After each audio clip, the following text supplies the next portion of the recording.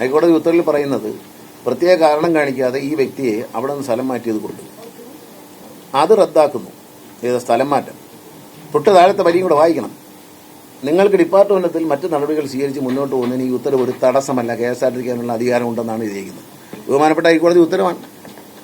എന്നെ കളിയാക്കാൻ വേണ്ടി ആ മന്ത്രി മുട്ടുമടക്കി തലകുത്തി. എനിക്ക് മുട്ടുമടക്കാനും തലകുത്തിക്കാനും ഒരു വിടമുള്ള ആളല്ല. അതൊന്നും ഇതെന്റെ കുടുംബ പ്രശ്നമൊന്നുമല്ലല്ലോ. ഇത് വ്യക്തിപരമായ കാര്യമല്ല. എനിക്ക് ആ വ്യക്തിയോട് എന്താണ് വ്യക്തിവിരോധം? നിങ്ങൾ പറയുന്ന കൂടി ശ്രദ്ധിക്കണം. കാരിക്കുപ്പിയാണ് വാരിയിട്ടിരുന്നത്. കുടിക്ക ദാഹജലം തടഞ്ഞ ദുഷ്ടനായ മന്ത്രിയൊന്നുമല്ല. ദാഹജലമൊന്നുമല്ല. അതിന്റെ വീഡിയോ എൻ്റെ കയ്യിലുണ്ട്. വിജിലൻസ് എടുത്ത വീഡിയോ ഉണ്ട്. ഞാനെടുത്ത വീഡിയോ അല്ല, വിജിലൻസ് എടുത്ത വീഡിയോ ഉണ്ട്. കോടതി ഉത്തരവ് വളരെ കൃത്യമായി പറഞ്ഞിട്ടുണ്ട്. പ്രമോദ് വായിച്ച് കേൾപ്പിച്ചു കൊടുക്കും. ആ കോടതി ഉത്തരവ് നിങ്ങൾക്ക് വാട്സാപ്പിൽ ഇട്ട് തരാം. ബഹുമാനപ്പെട്ട കോടതി പറഞ്ഞിരിക്കുന്നത് ഈ ഒരു സ്ഥലം മാറ്റം വേണ്ടെന്ന് വയ്ക്കുന്നു.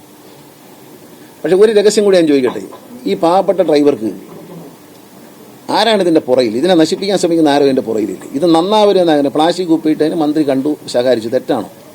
അതൊരു തെറ്റാണെന്ന് ഞാൻ വിശ്വസിക്കുന്നില്ല. എൻ്റെ ഒരു പ്രായത്തിൽ എൻ്റെ അനിയനെ പോലെ ഒരാളോട് നിങ്ങൾ എന്തിനാണ് ചെയ്തത്, അങ്ങനെ ചെയ്യരുത് എന്ന് പറയാൻ എനിക്ക് അധികാരമുണ്ടെന്നാണ് എൻ്റെ വിശ്വാസം. അതിനെപ്പറ്റി ഒന്നും കോടതി പറഞ്ഞിട്ടില്ല. ഞാനിതിൻ്റെ CEO ആണ്.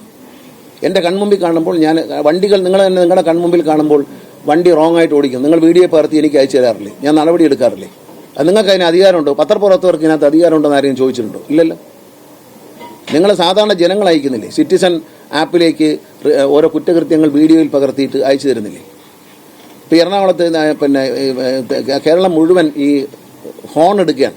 നിങ്ങൾ അതിന്റെ മറുവശം വാങ്ങിക്കണം. ഹോൺ ഇളക്കി മാറ്റുന്ന ബഹുമാനപ്പെട്ട ഹൈക്കോടതി ഉത്തരവിന് പുറത്ത് ഒരു അഡ്വക്കേറ്റ് ഇരുന്ന് അടിക്കുന്നതായിട്ട് ഇയാൾ ഏത് അധികാരത്തിന്റെ പുറത്താണ് എടുക്കുന്നത്? ബഹുമാനപ്പെട്ട ഹൈക്കോടതി പറഞ്ഞു ഇത്ര ഡെസിമലിന് വേണ്ടിയുള്ള ഹോൺ അടിച്ചാൽ നടപടി എടുത്തിരിക്കണമെന്ന് ബഹുമാനപ്പെട്ട ഹൈക്കോടതിയുടെ ഉത്തരവുണ്ട്. അജ്ഞത നടിക്കരുത്.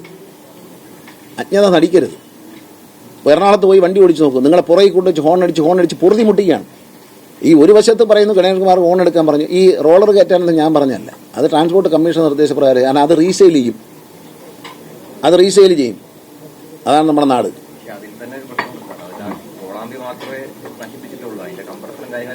ഇല്ല, കോളാമ്പി അവർ പറയുന്ന ഞാൻ ചോദിച്ചു. അത് അപ്പോൾ അവരുന്ന കോളാമ്പി മതി, മറ്റത് കിട്ടത്തില്ല, സ്പെയർ കിട്ടത്തില്ല, ഇതിന് മാത്രമായിട്ട് സെറ്റായിട്ട് വാങ്ങി നോക്കുമെന്നാണ് പറയുന്നത്. അല്ല, ഇത് നശിപ്പിച്ചില്ലെങ്കിൽ ഇതേ സാധനം തിരിച്ച് മറ്റേ അറ്റാറ്റത്ത് പോകും. ശരിക്കും പറഞ്ഞാൽ മൊത്തം ഇളക്കി മാറ്റേണ്ടതാണ്. അത് മാത്രമല്ല, മ്യൂസിക്കൽ ഹോൺ ഇളക്കാൻ പറയുന്നുണ്ട്. ബഹുമാനപ്പെട്ട ഹൈക്കോടതി ഉത്തരവ് ഇത്ര ഡെസിമലിന് മേളിൽ സൗണ്ട് പാടില്ല. ഇപ്പോൾ കൊച്ചി കോർപ്പറേഷനുമായിട്ട് സഹകരിച്ചുകൊണ്ട് നമ്മളൊരു മേഖല സൈലന്റ് സോണായിട്ട് പ്രഖ്യാപിക്കാം. ഹോൺ അടിക്കാൻ പാടില്ല. അങ്ങനെ സോൺ വരെയാണ് കൊച്ചിയിൽ. അപ്പോൾ ഇതൊക്കെ നമ്മൾ ഒരു കാലത്തിന്റെ മാറ്റങ്ങളാണ്. ചെവി അടിച്ച് ഗണേഷ് കുമാറിന് ഒരു ദുരനുഭവം എൻ്റെ ഇടവരയിലൊന്നും വന്ന് അടിക്കത്തില്ല. ബഹുമാനപ്പെട്ട ഹൈക്കോടതി ജഡ്ജി തൃശ്ശൂരിലേക്ക് യാത്ര ചെയ്യുമ്പോൾ അദ്ദേഹത്തിന്റെ വണ്ടിയുടെ പുറകിൽ കൊണ്ടുവന്ന് നിരന്തരമായി ഹോൺ അടിച്ചെല്ലാം ചെയ്തു.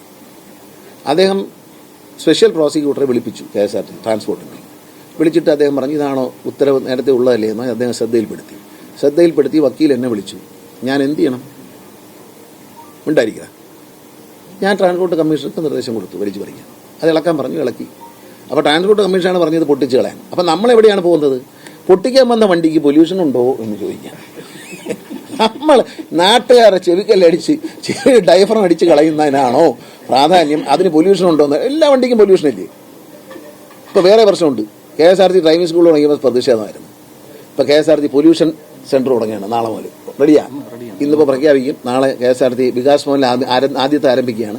ഞങ്ങൾക്ക് 6 മാസത്തിലൊരിക്കൽ വണ്ടി ടെസ്റ്റ് ചെയ്യണം. പക്ഷെ ഞങ്ങൾക്കിത് നല്ല എന്താ പറയുക, എല്ലാ സ്ഥലത്തും സ്ഥാപിക്കാൻ പോകാൻ പൊല്യൂഷൻ ടെസ്റ്റിംഗ് സെന്റർ. പ്രൈവറ്റ് വെളിയിൽ നിന്ന് വന്ന ആൾക്കാർക്ക് ചെയ്യാം, KSRTCയും ചെയ്യാം. KSRTCയുടെ ഗുണം എന്ന് പറയുന്നത് ഈ പൊല്യൂഷൻ കറക്റ്റാക്കി വെച്ചാൽ KSRTC മൈലേജ് കൂടും. ഞങ്ങളുടെ എഞ്ചിനീയർമാർ തന്നൊരു പ്രപ്പോസലിൽ പൊല്യൂഷൻ ഇല്ലാത്ത വണ്ടി, പുക തുപ്പാത്ത വണ്ടി വേണം എന്നുള്ളത്. അപ്പോൾ ആറ്റിങ്ങിൽ ഇത് പരീക്ഷിച്ച് വിജയിച്ചു. മറ്റ് 11 ഡിപ്പോകളിൽ ഇതിന്റെ പരീക്ഷണം നടക്കുകയാണ്. അപ്പോൾ അതുകൊണ്ട് എല്ലാ സ്ഥലത്തും പൊല്യൂഷൻ ടെസ്റ്റിംഗ് സെന്റർ സ്ഥാപിക്കാൻ പോകാം. ഇപ്പോൾ KSRTC ഡ്രൈവിംഗ് സ്കൂൾ തുടങ്ങി. 21 ഡ്രൈവിംഗ് സ്കൂൾ ആകുന്നതേ ഉള്ളൂ അല്ലേ? ഇപ്പോൾ ആകുന്നതേ ഉള്ളൂ. കഴിഞ്ഞ ദിവസം കരുനാപ്പള്ളിയിൽ ഉദ്ഘാടനം ചെയ്തതേ ഉള്ളൂ. അവിടുത്തെ MLA ഉദ്ഘാടനം ചെയ്തതേ ഉള്ളൂ. എല്ലാ MLA ഇന്നലെ നമ്മുടെ ഹയർ എഡ്യൂക്കേഷൻ മിനിസ്റ്റർ ഇരിഞ്ഞാലക്കുടയിലേക്ക് ചോദിച്ചു, അത് കൊടുക്കാമെന്ന് പറഞ്ഞു.